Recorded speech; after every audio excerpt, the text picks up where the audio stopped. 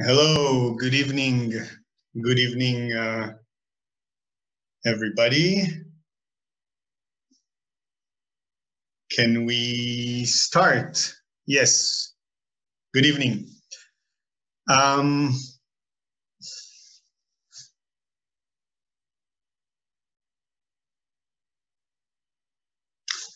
So I am absolutely delighted to open the Night of Philosophy in Tel Aviv 2021. Firstly, I must say that this Night of Philosophy would have been impossible without the dedication and hard work of our institutional collaborators, and most particularly of the people who compose and constitute this institution. I want in this opening to say my utmost admiration and gratitude to the persons who truly constructed with me this Night of Philosophy in Tel Aviv. I want to say that this evening was particularly challenging to coordinate this year for the reasons we all know of. But the persons whom I will mention succeeded in bridging the gap, every gap, of jumping beyond all the hurdles, and therefore of developing an outstanding program for our event. Thank you, and I want us all to join me in thanking the persons who made this event possible in the first place. The French Institute of Tel Aviv has been the key organizer of the Night of Philosophy in Tel Aviv since the beginning, since its first edition in 2015. And I must say that they are an outstanding group of persons. Yael Baruch, who is tirelessly on the ball, so to say, and who manages to find positive resolutions for every question, every problem, every difficulty. She's truly the key individual in this coordination, and I want to thank you, Yael, from the bottom of my heart. Anne-Sophie Trouillard, Dorit Sharon, Jean-Jacques Pierrat, you are one of the main reasons we are able to meet philosophically in Tel Aviv. Thank you so very much to the whole team. You have succeeded in making this event one of the most sought-after events in Israel. I want to thank very warmly our other partners, the Goethe-Institut in Israel, the Austrian Cultural Services, the Polish Cultural Services in Israel, who are so incredibly and intelligently active in this coordination. These institutions, and here I want to name the following: Avraham Hostels, Beta Geffen, Bucerius Institute at the University of Haifa, CCA, Schluss Gallery, Democratic Vistas at Frankfurt University, the Dojo, Givon Art Forum, HESEG Foundation, IZKT University from the University of Stuttgart, Lillian Blum, Sapir Academic College, Sipur Pashut, Zomer Contemporary Art, the Israel Democracy Institute, the Seminar of Continental Philosophy, Tolat Sfarim, have been of an invaluable support to me as curator of this event. And truly, I would not have been able to conduct our coordination without this excellent group of people backing our realization of the Night of Philosophy in Tel Aviv. I also want to thank very warmly the philosophers from Germany, France, Poland, the USA, to our local Israeli philosophers and intellectuals. I want to thank Felix Heidenreich, professor of philosophy at the University of Stuttgart, who has been of an incredible help to us all, and whose attention, I would even say in the undivided faithfulness to this project, has been for me invaluable, truly. Thank you very much, Felix Heidenreich, for your excellent disposition and for your help. We are all extremely proud of holding this event in the troubled circumstances we have had to endure over the past year. It was particularly tedious to coordinate this event, and I would wish here to express my undivided gratitude again to all our partners for their excellent resilience in the planning of this event. We have succeeded in coordinating an excellent event despite these difficulties, and this is largely due to the tireless work and efforts of our partners. The Night of Philosophy in Tel Aviv this year is truly an international event, and it is being followed by thousands.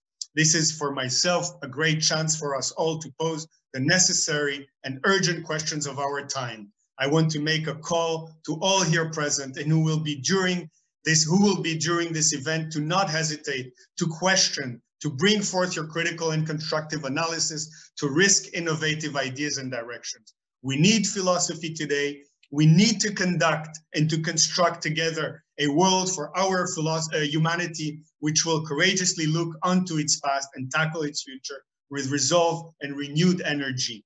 In this sense, I want to call on to all of the democratic voices who will join us in this night of philosophy to help us all in this construction.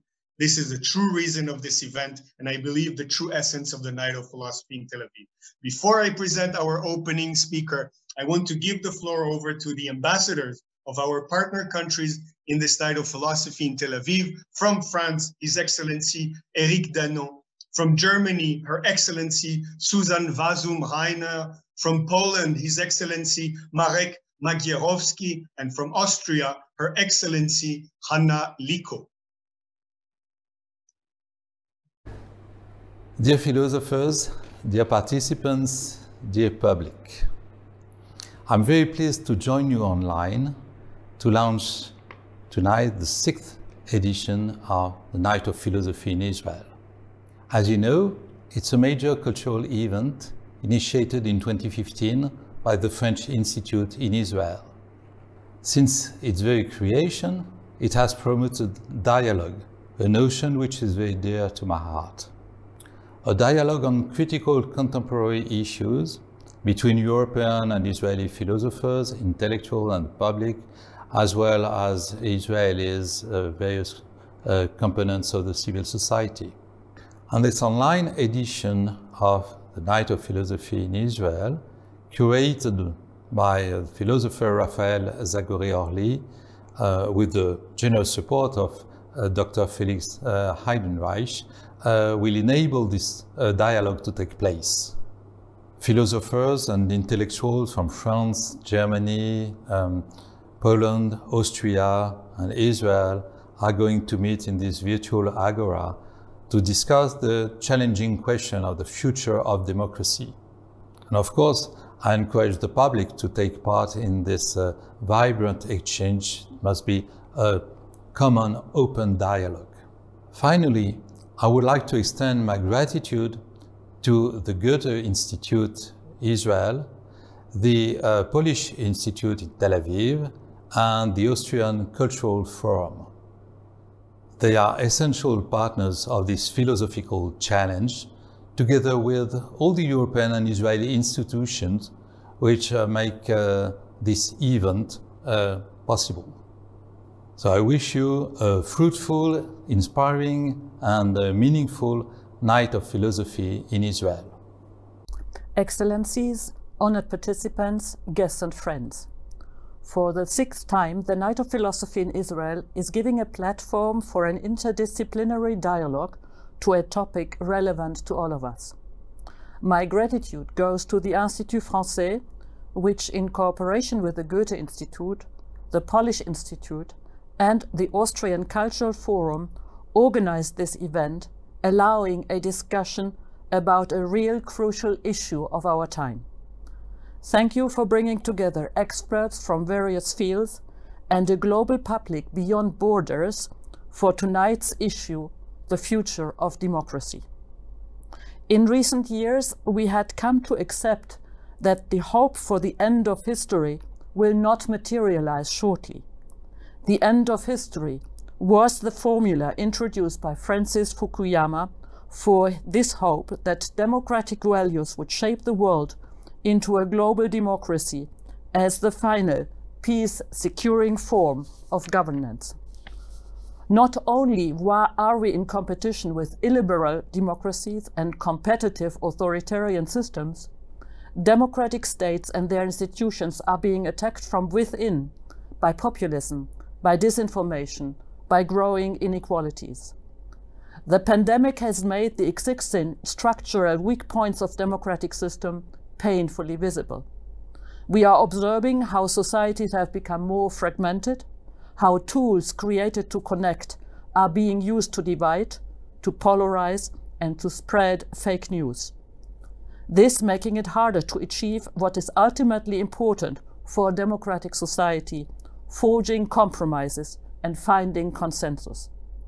During this pandemic, where the public space for finding compromises is limited to digital spaces and in anonymity, this has turned out to be a major challenge, a challenge for democracy. The pandemic has mobilized people around the globe to question given political systems and organizations and to demand more just, equal, and sustainable societies. The Night of Philosophy is part of this quest. Thank you all for participating. Thank you for speaking and for listening. Thank you for explaining and for understanding. Above all, enjoy democracy. Plato, Aristotle, Thomas Aquinas, Kant, Schopenhauer, Kolakowski, all those outstanding philosophers had at least one thing in common. They could freely travel around Europe with far fewer restrictions than we are facing today. Their world was very real. Ours is increasingly virtual.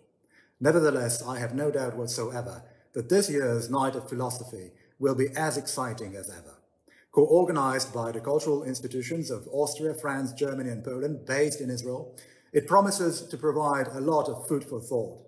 We are going to talk about the future of democracy, a topic so beloved by contemporary philosophers, since it deals with something outright unpredictable. Watch, listen, interact, and enjoy. Ladies and gentlemen, I'm delighted to welcome you to this year's edition of the Night of Philosophy in Israel. The Night of Philosophy is an excellent example of cooperation between Austria and Israel, and between Europe as a whole and Israel. Philosophy has been crucial for the development of our societies, and the plurality of opinion is essential to better understand the world we live in. In this context, it's important that the discourse is not confined to closed academic circles, but to encourage the participation of the broader public.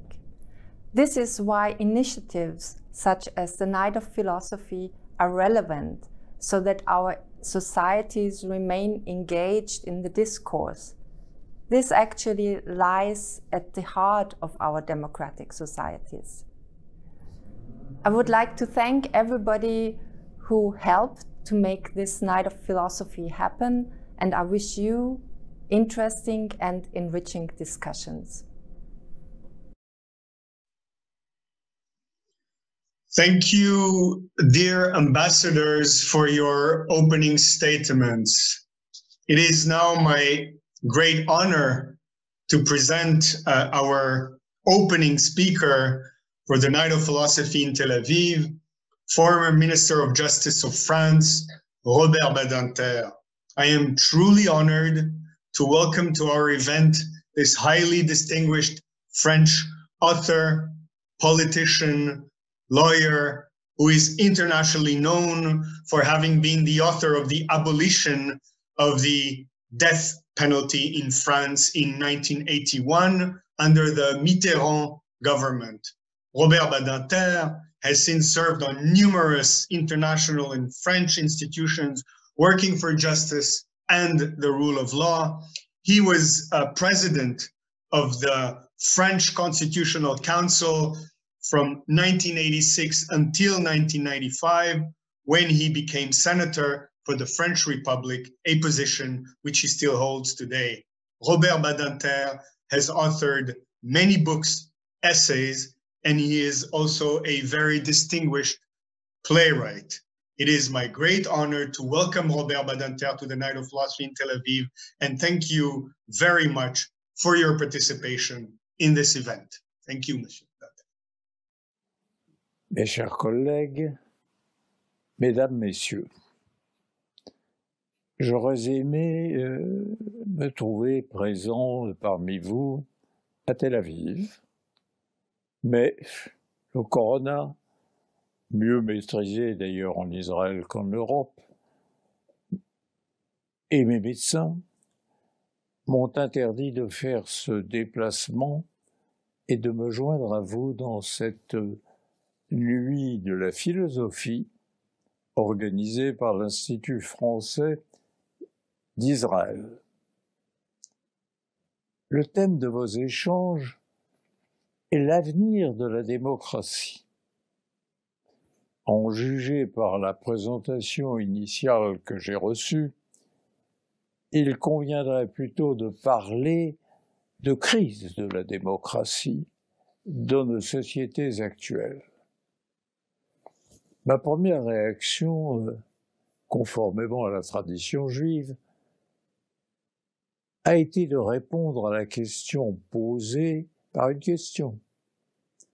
Mais quand donc, dans notre histoire, la démocratie a-t-elle été un long fleuve tranquille? Il serait aisé d'évoquer à cet égard le modèle d'origine, l'agora grecque, quand la démocratie directe s'exerçait sur l'acropole à grand renfort de discours et de votes immédiats. Mais même là, la démocratie s'est accommodée aisément de l'esclavage des peuples conquis, de la condition misérable d'une grande partie de la population, les ilotes, d'une justice qui condamnait à mort Socrate, sans parler de la condition des femmes qui ne se révoltaient que dans les comédies d'Aristophane. En vérité, la démocratie n'a jamais démenti le propos ironique du grand Winston Churchill. La démocratie est le pire des régimes, à l'exception de tous les autres. Adolescent juif, pendant l'occupation nazie en France, je peux vous dire qu'avant même de les connaître, à 15 ans, j'avais déjà compris la vérité des propos de Winston Churchill. Pour le bonheur des êtres humains, cette constante espérance transmise de génération en génération, nous savons, nous avons appris durement qu'il n'y a pas d'autre régime que la démocratie pour tenter de le réaliser sur cette terre. Tous les autres régimes qui proposent le bonheur sans la liberté, tous les charlatans du populisme, du nationalisme, du totalitarisme sont pareils aux joueurs de flûte de la légende qui conduisaient les rats au fleuve pour mieux les y noyer. Dès lors, puisqu'il n'y a pas de salut ni même d'espérance hors la démocratie, de quelles institutions doit-elle disposer? Sur quelles valeurs doit-elle reposer? Et de quelles garanties doit-on l'assurer? S'agissant des institutions à adopter dans une démocratie moderne, le catalogue est riche. Mais on en revient toujours à la proposition fondamentale énoncée par Lincoln en 1863, la démocratie est le gouvernement du peuple, par le peuple et pour le peuple. L'article 2 de la Constitution française l'énonce d'ailleurs expressément. Mais encore faut-il traduire ce principe en institution.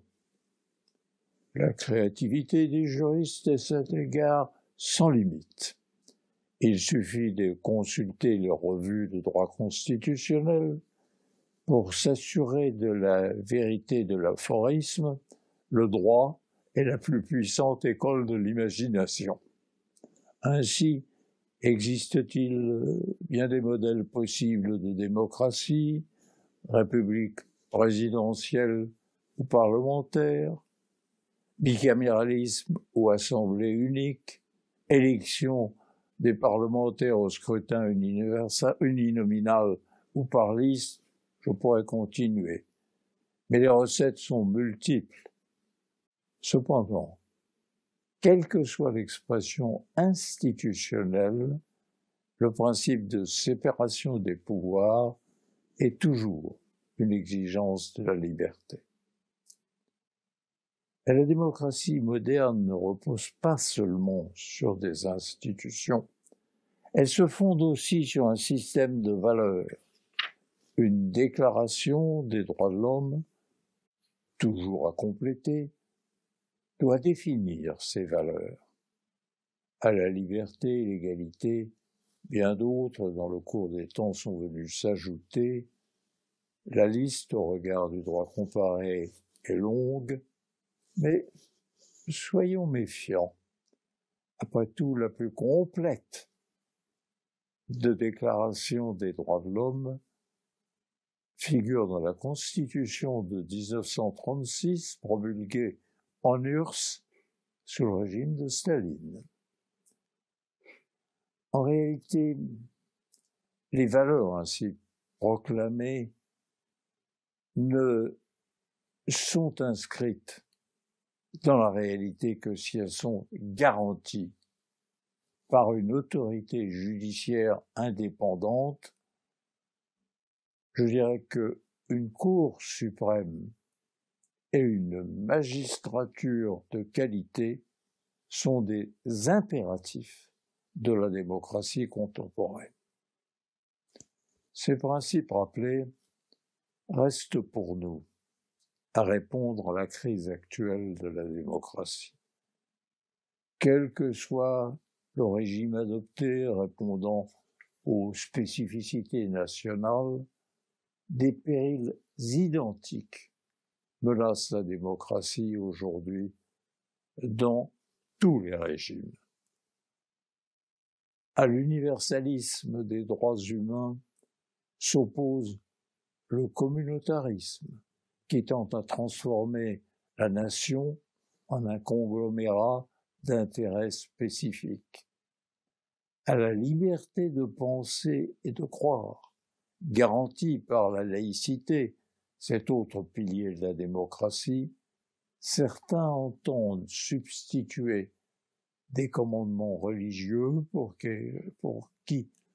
être respectables, ne peuvent être la loi de tous, y compris de ceux qui pensent différemment de nous.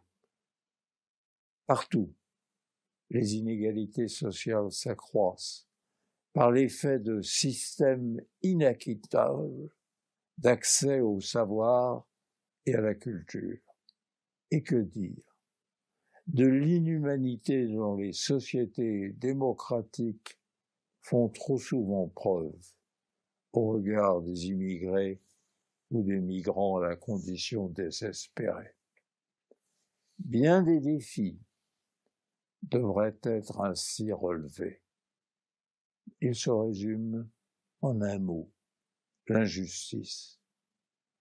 Au moment où vous commencez cette nuit de la philosophie, je formulerai un seul vœu, que vos travaux nous aident à découvrir la voie d'une société et d'une démocratie plus juste dans ce monde incertain.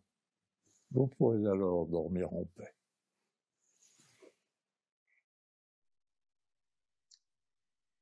Thank you so very much, Mr. Robert Badinter, for this exceptional opening. We'll be starting now our program. Have a great night of philosophy. Well, we'll be starting actually, to be more precise, in 6 minutes exactly. Have a wonderful night of philosophy. We'll be starting 7 o'clock European time and 8 o'clock Israel time. That is again in exactly 6 minutes. Have a wonderful night of philosophy. Thank you so very much.